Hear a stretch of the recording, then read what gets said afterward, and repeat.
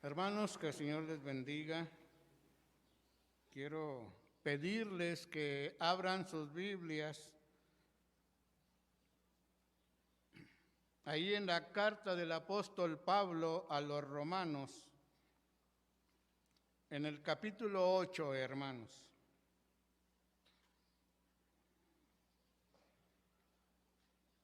Y vamos a leer un pasaje que es de todos conocido y que aparte, hermanos, tal vez piensen ustedes, lo hemos leído muchas veces, pero no se sorprendan, hermanos. Este pasaje ya tiene más de 2000 años aquí en la Biblia. Y lo vamos a leer porque nos va a ayudar en el mensaje de esta tarde. Es Romanos capítulo 8. Y vamos a leer los versículos del 35 al 39.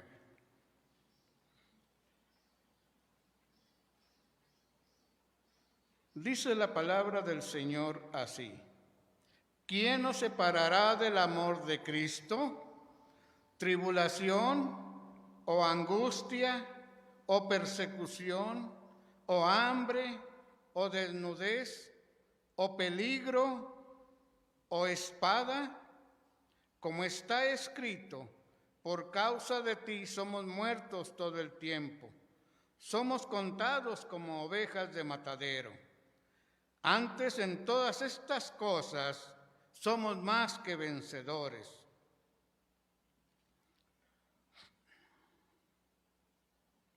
Por medio de aquel que nos amó.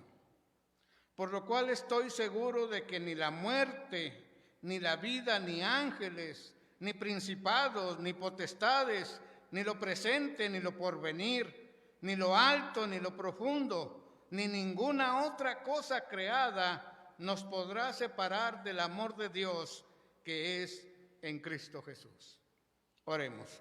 Bendito Padre que moras en el cielo, Señor, estamos en este momento delante de ti. Queremos, Padre Santo, que hables a nuestros corazones, que sean reforzados nuestro espíritu, nuestra alma y nuestro corazón, en la permanencia, Señor, que tú pides de cada uno de nosotros para contigo, Padre. Que esta palabra que nos has dado, Señor, sea de bendición en nuestra vida y nos ayude a seguir adelante. En Cristo Jesús, nuestro Salvador, te lo ruego. Amén. Amados hermanos, dice el apóstol Pablo también, ahí en Filipenses, en la carta de Filipenses, en el capítulo 3, en los versículos del 10 al 11, dice: a fin de conocerle y el poder de su resurrección y la participación de sus padecimientos, llegando a ser semejante a él en su muerte, si en alguna manera llegara a la resurrección de entre los muertos. La meditación de esta tarde, hermanos, se titula: la adversidad es un puente que nos conduce a una relación más profunda con Dios. Parece contraproducente, pero es una realidad, hermanos. La adversidad es un puente que nos conduce a una relación más profunda con Dios. Y leímos dos pasajes del apóstol Pablo, una a los romanos y una a los filipenses. Y sería, hermanos, muy difícil, aunque no imposible, que cada uno de nosotros, o muy pocos, podríamos igualar, hermanos, las credenciales y los logros espirituales de Pablo. Pero eso, hermanos, nunca fue suficiente para el apóstol. Pablo necesitaba, hermanos, a Jesús. Y no fue a través de todos los éxitos que él experimentó en Dios, sino que fue a través de sus sufrimientos y sus adversidades cómo él conoció o cómo él se fortaleció o cómo él experimentó la presencia de Dios y cómo esa adversidad, hermanos, lo llevó a una relación más profunda con Dios, que lo convirtió, pudiéramos decir, en aquel entonces, en un misionero mundial. El Señor, hermanos, le tocó tan profunda e íntimamente durante todo ese tiempo de debilidad que Pablo, hermanos, pudo apreciar el valor inestimable de haber experimentado la adversidad. Pablo sufrió.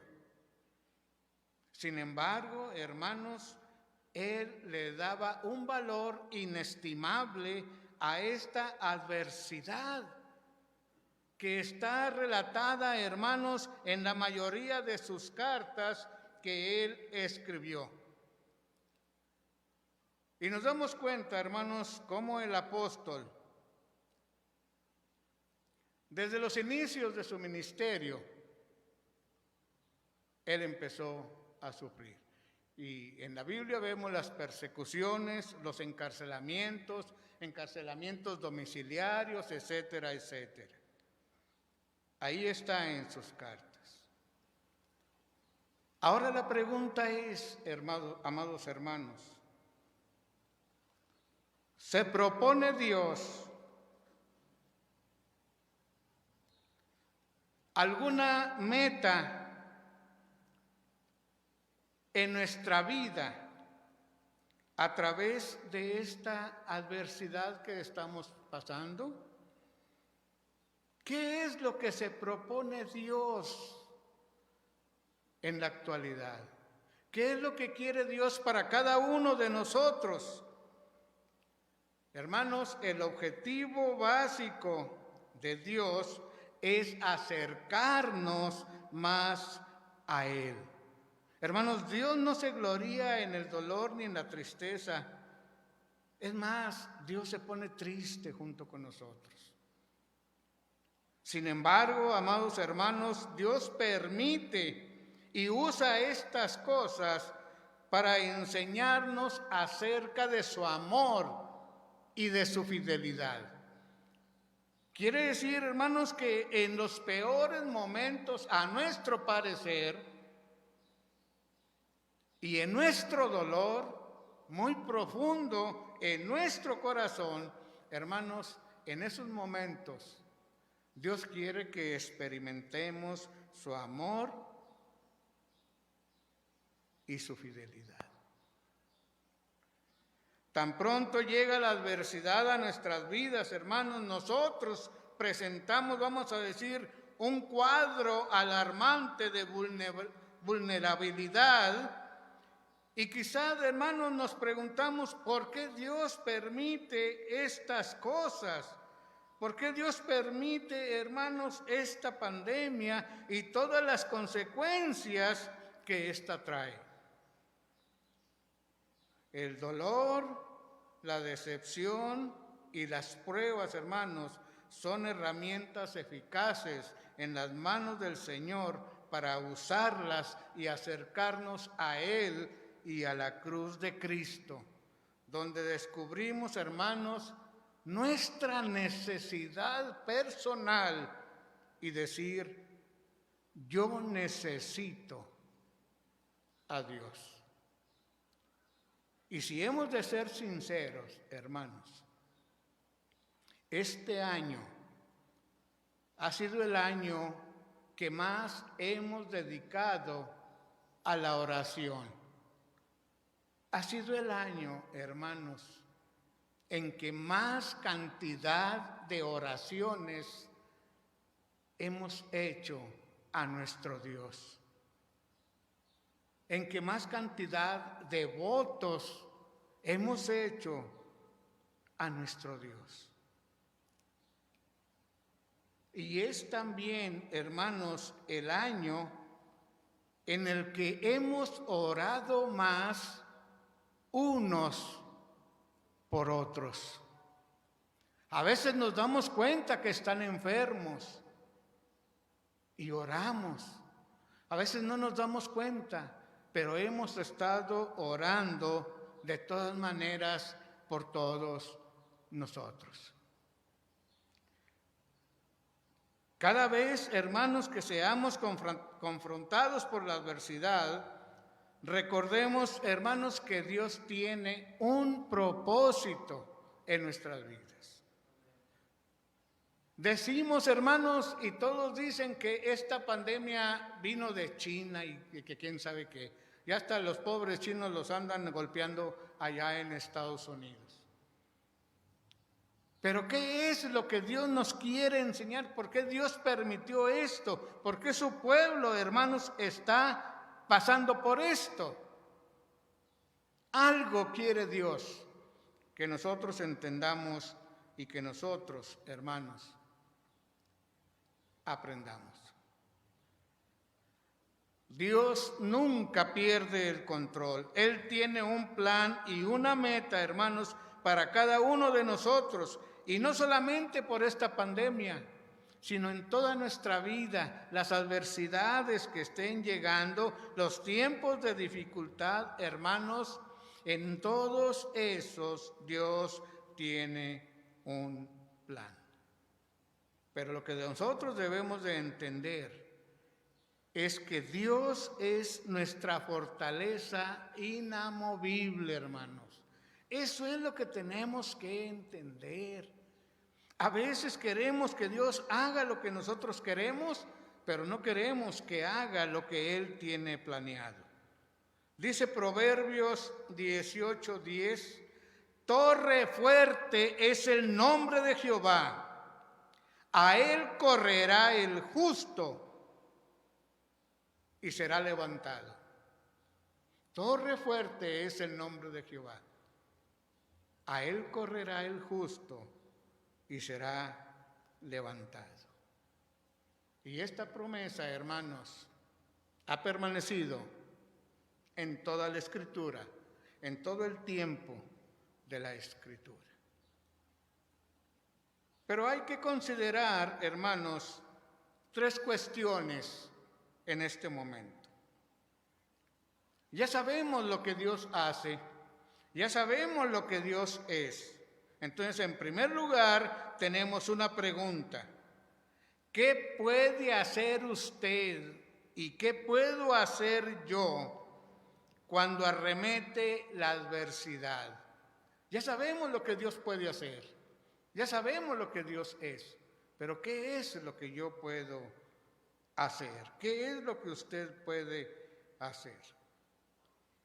La carta a los hebreos, hermanos, nos da ahí unas palabras de aliento en el capítulo 10, versículos 35 y 36. Dice, no pierdan pues su confianza, que tiene grande galardón, porque les es necesaria la paciencia, para que habiendo hecho la voluntad de Dios, obtengan la promesa. Entonces, ¿qué debo de hacer yo? Aquí hay varios no. Hay varios no. ¿Qué es lo que debo de hacer? Dice, no perder la fe y la confianza en Dios. Y es necesario, hermanos, que leamos la palabra del Señor. Yo no sé si haya cristianos que en todo este año no hayan leído la palabra del Señor. Pero la palabra es la que va a fortalecer nuestro corazón, porque Dios está actuando por medio de ella. Entonces, entre más lea yo que yo no debo perder la fe y la confianza en Dios, hermanos, no la debo de perder. No debo perder el grande galardón, segundo no. No debo perder el grande galardón. No debo de perder la paciencia. No debo de dejar de hacer la voluntad de Dios. Y no debo de perder la promesa. Porque retirados de Dios, ¿qué dice la Escritura? Nada podemos hacer. Entonces, esto es parte de la respuesta a la pregunta, ¿qué es lo que debemos hacer?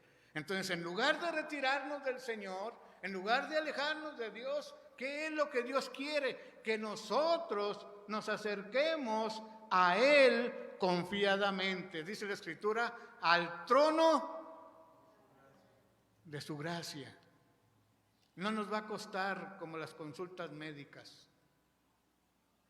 Por gracia. Esto es parte de la respuesta a esta pregunta.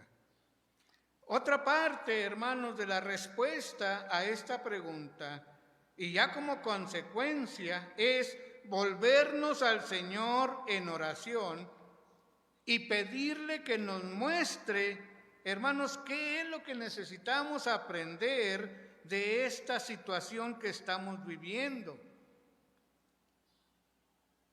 ¿Qué es lo que quiere, Señor? Cuando se nos enfermó Argentina, hermanos, mi esposa me decía, es que algo quiere el Señor. Bueno, pues vamos a preguntarle al Señor a ver qué quiere. Que nos haga sentir en nuestro corazón qué es lo que Él quiere, Señor, ¿qué quieres que haga? Y muchos en la Escritura, muchos personajes, hermanos, le han respondido al Señor, le han dicho, le han preguntado, ¿qué quieres que haga? Y entonces el Señor nos va a enseñar. Entonces tenemos, hermanos, que aprender algo, que es lo que quiere el Señor enseñarnos, pero también, hermanos, afirmar nuestro compromiso con Él. Mucha gente, hermanos, en este año se ha acercado a Dios, pero por lo que Él hace, nada más, por lo que Él hace. Pero el cristiano, hermanos, debe de acercarse a Dios por lo que Él es, por lo que Él es. Dice aquí que tenemos que reafirmar nuestro compromiso. Y cuando nos acercamos a Dios por lo que Él hace, no hay ningún compromiso. Dios sana. Que a todo dar. Dios nos bendice. Que a todo dar. Dios salva. Que a todo dar. Sigo mi vida. Pero cuando decimos Dios es Salvador, ahí hay que responder, hay que hacer un compromiso. Dios es amor.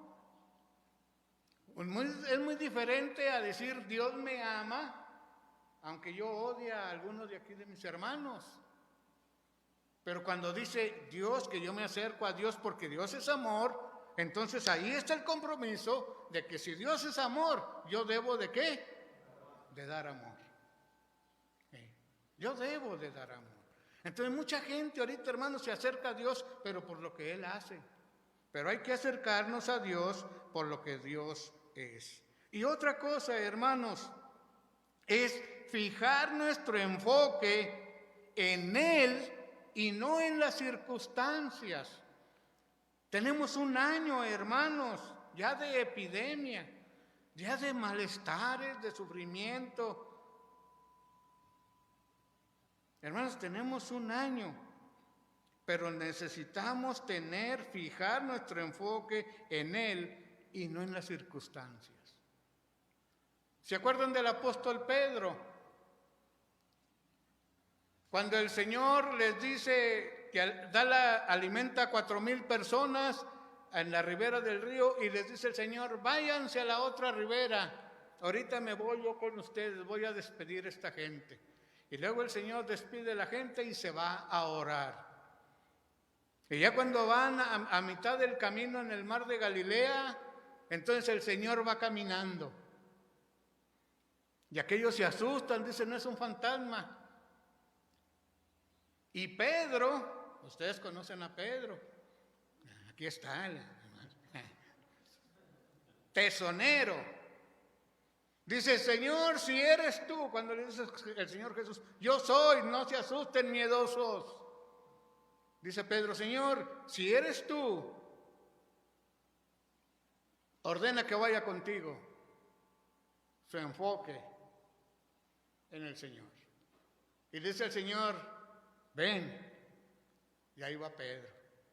Pero de repente, hermanos, cambia su enfoque. Quita el enfoque del Señor y lo cambia a las circunstancias. Y siente el viento fuerte, y siente que se le mueve el agua en los pies, y se le moja el pantalón, la túnica, y decían más antes, cuando Alfredo estaba chiquillo, y Paco, y Sacazonapa. ¿Por qué? Porque perdió el enfoque. Entonces, hermanos, nosotros no debemos de perder este enfoque en las cosas de nuestro Dios, en la persona de nuestro Dios.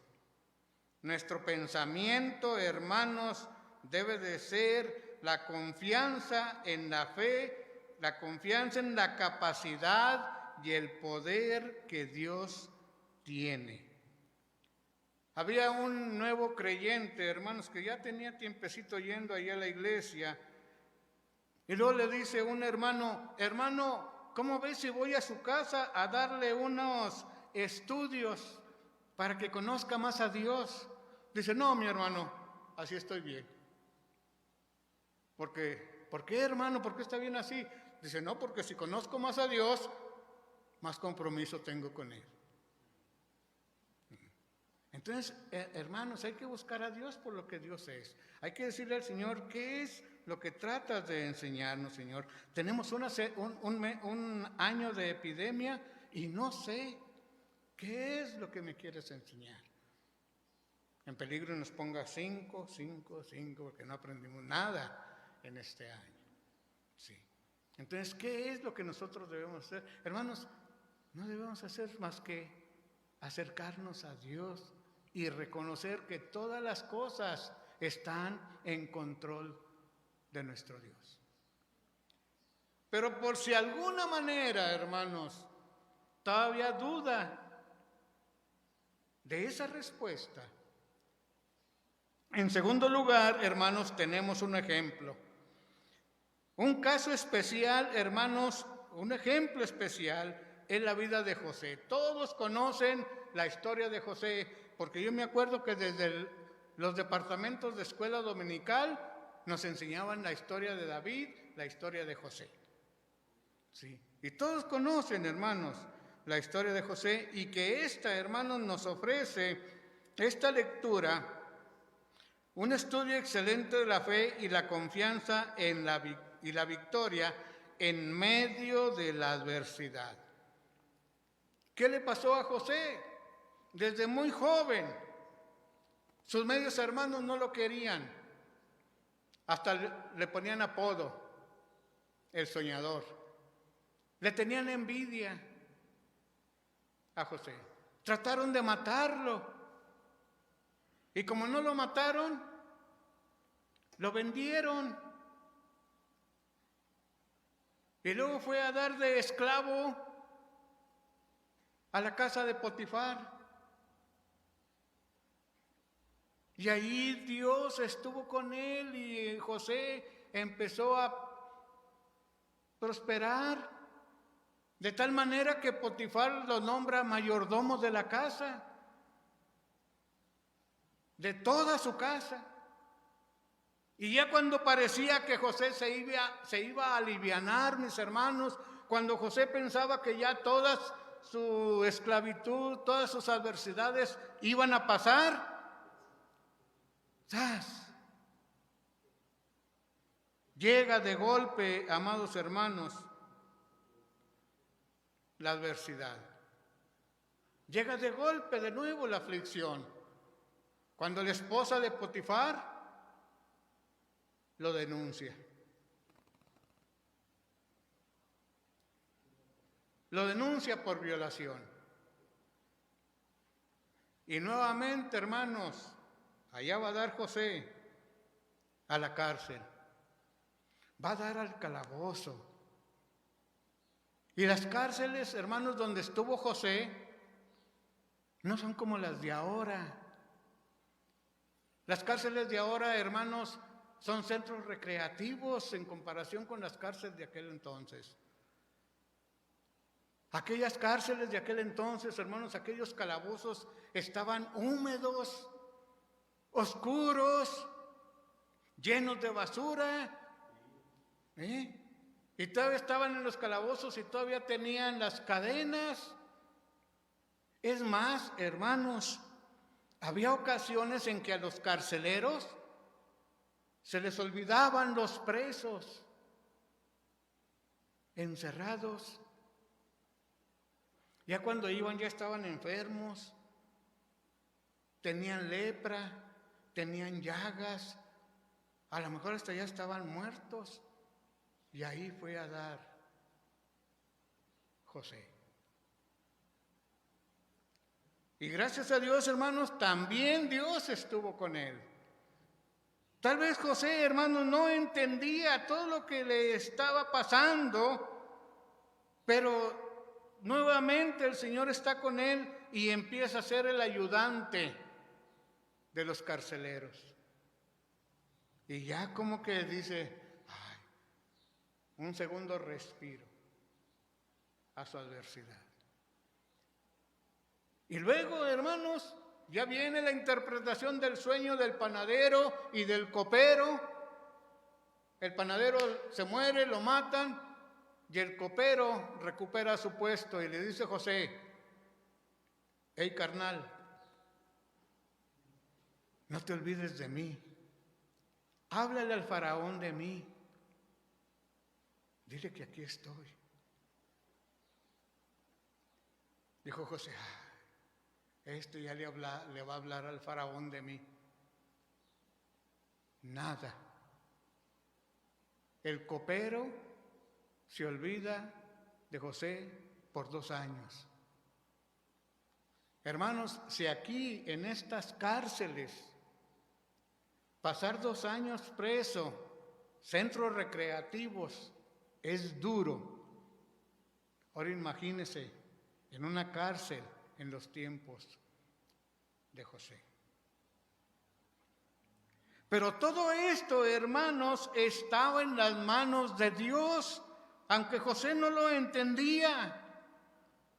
Pero Dios conocía, hermanos, el corazón de José, y era un corazón bueno. Y por ese corazón bueno, hermanos, José estaba en la cárcel. Y por ese corazón bueno, José no se metió con la esposa de Potifar. Y Dios conocía ese corazón. Fue mucho el sufrimiento de José. Y pudiéramos decir, pobre José. Bueno, el hermano Pedro, él va a decir, pobrecito Josecito, porque él tiene un José en la familia. Y con más ternura, ¿verdad? Pobrecito Josecito. Pero lo cierto, hermanos, que José estaba en el centro del plan de Dios. Y Dios, hermanos, usó todas estas circunstancias, Dios permitió todas estas circunstancias para moldear el carácter y la personalidad de José, porque el Señor lo tenía preparado para un servicio muy grande, hermanos. Para un servicio muy grande. Y tenía Dios que prepararlo. Así como preparó al apóstol Pablo, así como ha preparado a personas en la Escritura cuando Él los escoge, hermanos, así estaba preparando Dios a José. En este tiempo, hermanos, Dios tiene un plan para cada uno de nosotros. Aún, hermanos, con esta pandemia, con este encierro, con estas dificultades, Dios tiene un plan para cada uno de nosotros. La pregunta es, ¿cuántos José encontrará el Señor en la primera iglesia bautista? ¿Cuántos como José encontrará el Señor en cada iglesia donde se predica su palabra en espíritu y en verdad. ¿Cuántos puede encontrar? Y así como José, amados hermanos, hay más personas en la Biblia que la adversidad los llevó a una relación más profunda con su Dios. Y esto es lo que Dios quiere, hermanos, atraernos a cada uno de nosotros a una relación más profunda con Él. Entonces yo creo que con este ejemplo podemos un poco más darle respuesta a la pregunta del primer lugar. Entonces tuvimos una pregunta, tenemos un ejemplo y en tercer lugar, hermanos, tenemos una decisión. Tenemos una decisión. ¿Qué es lo que debemos hacer? Tenemos que tomar una decisión. La gente, hermanos, se pregunta a veces, ¿cuál es la ruta más rápida para salir de esta adversidad? La gente está buscando soluciones rápidas para salir de la adversidad. Es como cuando uno choca. Yo no sé si ha chocado nuestro hermano Pedro. ¿No ha chocado? ¿No? ¿Ha chocado?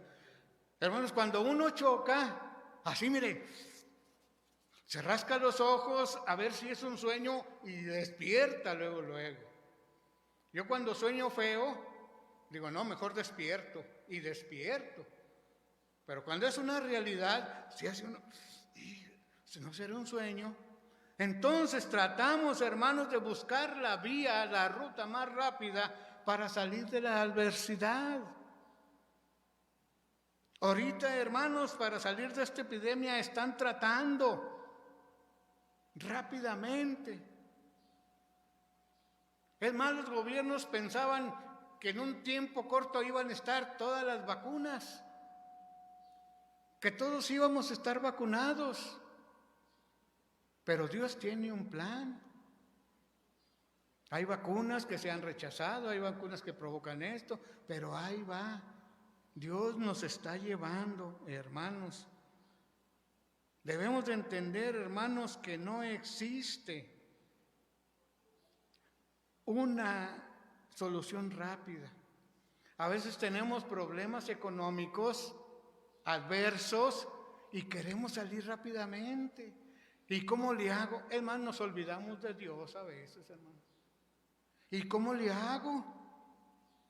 No, pues al último, ahí voy con mi compadre Chon. Compadre, présteme 1,000 pesos porque se los debo a Paquito y los necesita. Y me los presta mi compadre Chon, porque si no le pido lo del ropón que gasté.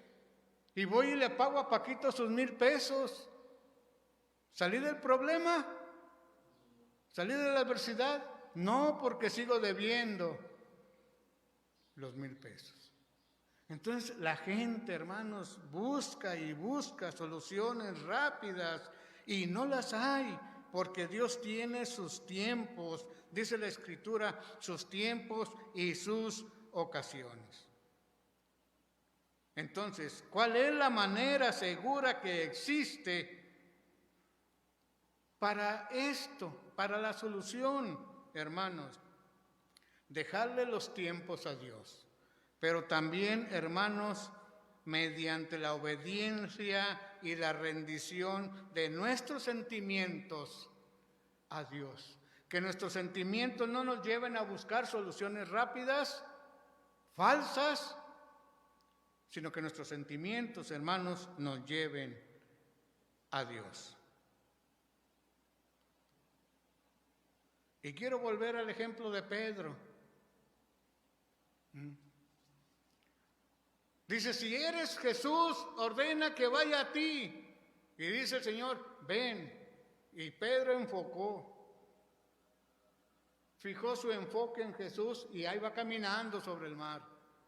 Pero cambió el enfoque a las circunstancias, sintió el viento frío, fresco, rápido, fuerte, y sintió el agua en los pies. Y ¿qué dice Pedro? Señor, sálvame. porque me ahogo.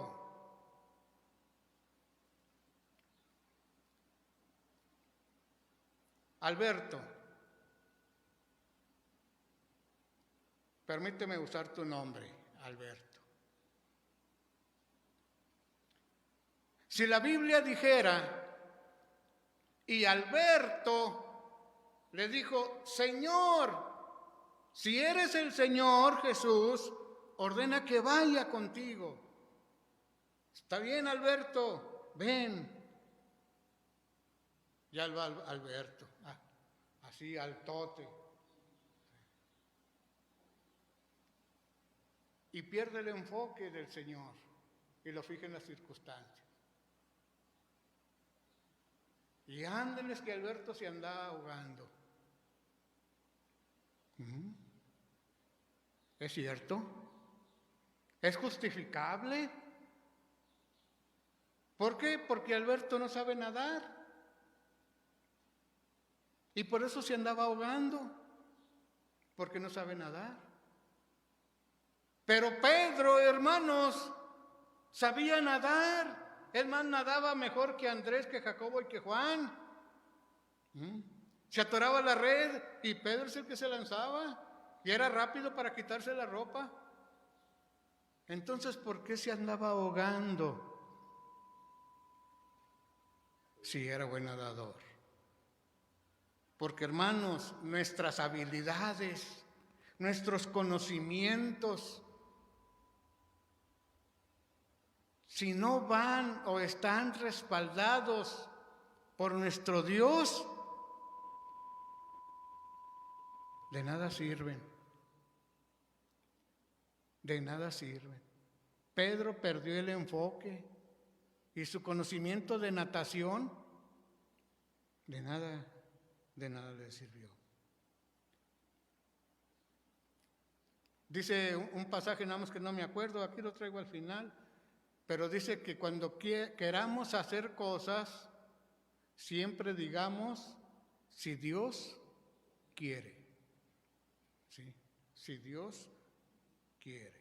Entonces, hermanos, a veces tenemos la facilidad de querer buscar soluciones rápidas a nuestras adversidades sin pensar que Dios las tiene en sus manos y Dios nos tiene en sus manos.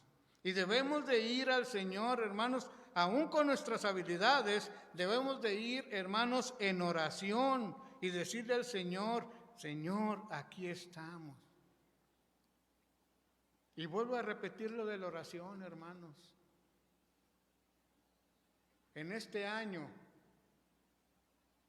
hemos derramado nuestro corazón en nuestras oraciones delante del Señor. Lo hemos llevado hecho pedazos, buscando a Dios. Hemos derramado lágrimas delante de Dios, que quisiéramos que Dios estuviera sentado ahí para acercarnos a Él.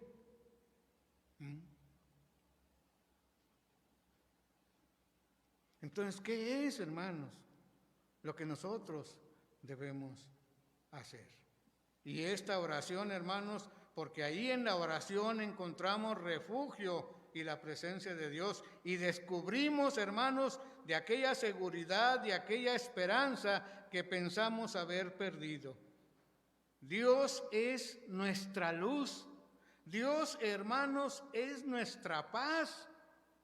Y Dios usará las pruebas que enfrentamos para moldear nuestra vida, hermanos, y ser lo que Él quiere que seamos. Por eso José, hermanos, estuvo en las manos de Dios. Por eso Dios conocía el corazón de José y aún así tuvo que moldear su personalidad. Imagínese, si no hubiera sido de esa manera, ¿qué hubiera hecho José cuando se presentan los hermanos? ¡Ay, aquí vienen! Shalom, Marcelo, aquí vienen. Ahora sí van a ver. Los voy a matar, los voy a destazar, voy a echar sus miembros en bolsas negras y las voy a aventar por arriba del barandal de la primera. A ver quién los halla ahí. ¿Eso pensó José? No, hermanos. No.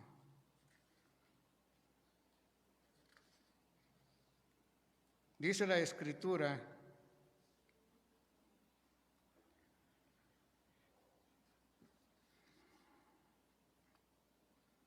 que cuando José se descubrió delante de sus hermanos, les dijo, ahí en Génesis 45, 4 y 5, entonces dijo José a sus hermanos, acérquense ahora a mí. Y ellos se acercaron. Y él les dijo, yo soy José, su hermano. No se pongan tristes, ni les pese haberme vendido acá, porque para preservación de vida me envió Dios delante de ustedes. Fíjense nada más, hermanos.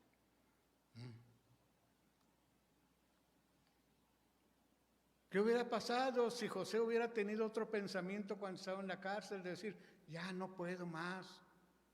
O decir, me voy a fugar. O que al último dijera, me voy a matar. El pueblo de Israel, hermanos, hubiera perdido la bendición.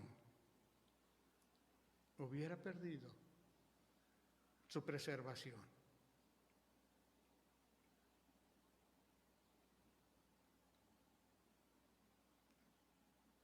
En tercer lugar, tenemos una decisión. ¿Cuál es su decisión delante de Dios? Dice Eclesiastés 7:14, en el día del bien goza el bien, y en el día de la adversidad considera. Dios hizo tanto lo uno como lo otro, a fin de que el hombre nada halle más allá de él. A fin de que el hombre nada halle más allá de él. No hay más a quien le pidas tú. No hay más quien te ayude, sino Dios. Y más allá de Dios no hay Dios, no hay nada. Decía una hermana cuando la estaban evangelizando, decía, hermano, bueno, dígame quién hizo a Dios. Y le decía el hermano, bueno, si hubiera alguien que hizo a Dios, no te estaría predicando de Dios, te estaría predicando de ese que hizo a Dios. Después de Dios, hermanos, no hay nada. Dice,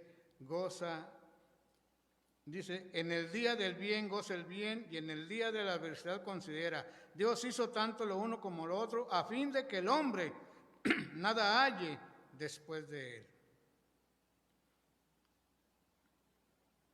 Hay un coro que cantan los niños, que el amor de Dios es tan alto que no puede estar arriba de él, y es tan bajo que no puede estar debajo de él, y es tan ancho que no puede estar afuera de él. Dios es supremo, mis hermanos.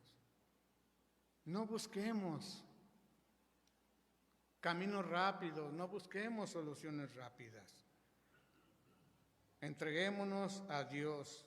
Dios sabe las ventajas de la adversidad, hermanos, y cómo pueden ser usadas para fortalecer nuestra fe, refinar nuestra esperanza y aquietar, hermanos, nuestro acongojado corazón. Dios hace todo eso, hermanos, y nos lleva a un lugar de contentamiento y confianza en nuestra vida. Sin los tiempos de adversidad, nos perderíamos la experiencia poderosa, hermanos, de tener a Dios caminando junto a nosotros, aún en el valle de lágrimas. ¿Qué es lo que queremos? ¿Andar en el valle de lágrimas solos o con Dios? Hermanos, Dios quiere que nosotros le invitemos Él quiere estar con nosotros. Quiere que lo invitemos a andar con nosotros en este valle de lágrimas. 3 cosas, hermanos. ¿Qué haría usted cuando arremete la adversidad? Pero tiene un ejemplo. En segundo lugar, que le ayuda a contestar esta pregunta. Pero después, hermanos, usted debe tomar una decisión. A manera de conclusión, hermanos, enfoquemos nuestro corazón en Jesús. No nos desviemos de la ruta divina. Estemos cerca del Señor, hermanos, leamos su palabra y sigamos adelante alabando y glorificando a nuestro Dios. Hermanos, hoy es 21 de marzo. Inicia la primavera. El pueblo de Israel salió de la esclavitud en la primavera. En el mes de Aviv o en el mes de Nisan, llamado después. Salió de la esclavitud en la primavera. Ojalá y Dios quiera, hermanos, que este 21 de marzo inicie nuestra primavera espiritual. Que empecemos, Señor, que empecemos, hermanos, a cargarnos del verdor de nuestro Dios para estar preparados para seguir dando fruto. Y fruto, dice su palabra, y fruto abundante. La adversidad es un puente que nos conduce a una relación más profunda con Dios. Oremos. Bendito Padre que moras en el cielo, Señor, a esta hora, Padre Santo, te damos gracias, Señor, por tu palabra. Señor, te rogamos que nos sigas ayudando, que tu palabra, Señor, nos siga alentando y que tu presencia, Padre Santo, siempre esté con nosotros. Limpia, Padre, nuestros corazones si hay faltas en él. Pero, Padre Santo, no te apartes de nosotros. Acompáñanos, Señor, en esta adversidad, como lo has hecho con otras personas de la Biblia. No nos dejes de tu mano y bendice esta tu iglesia, Señor. En Cristo Jesús, nuestro Salvador, te lo ruego. Amén. Dios les bendiga, mis hermanos.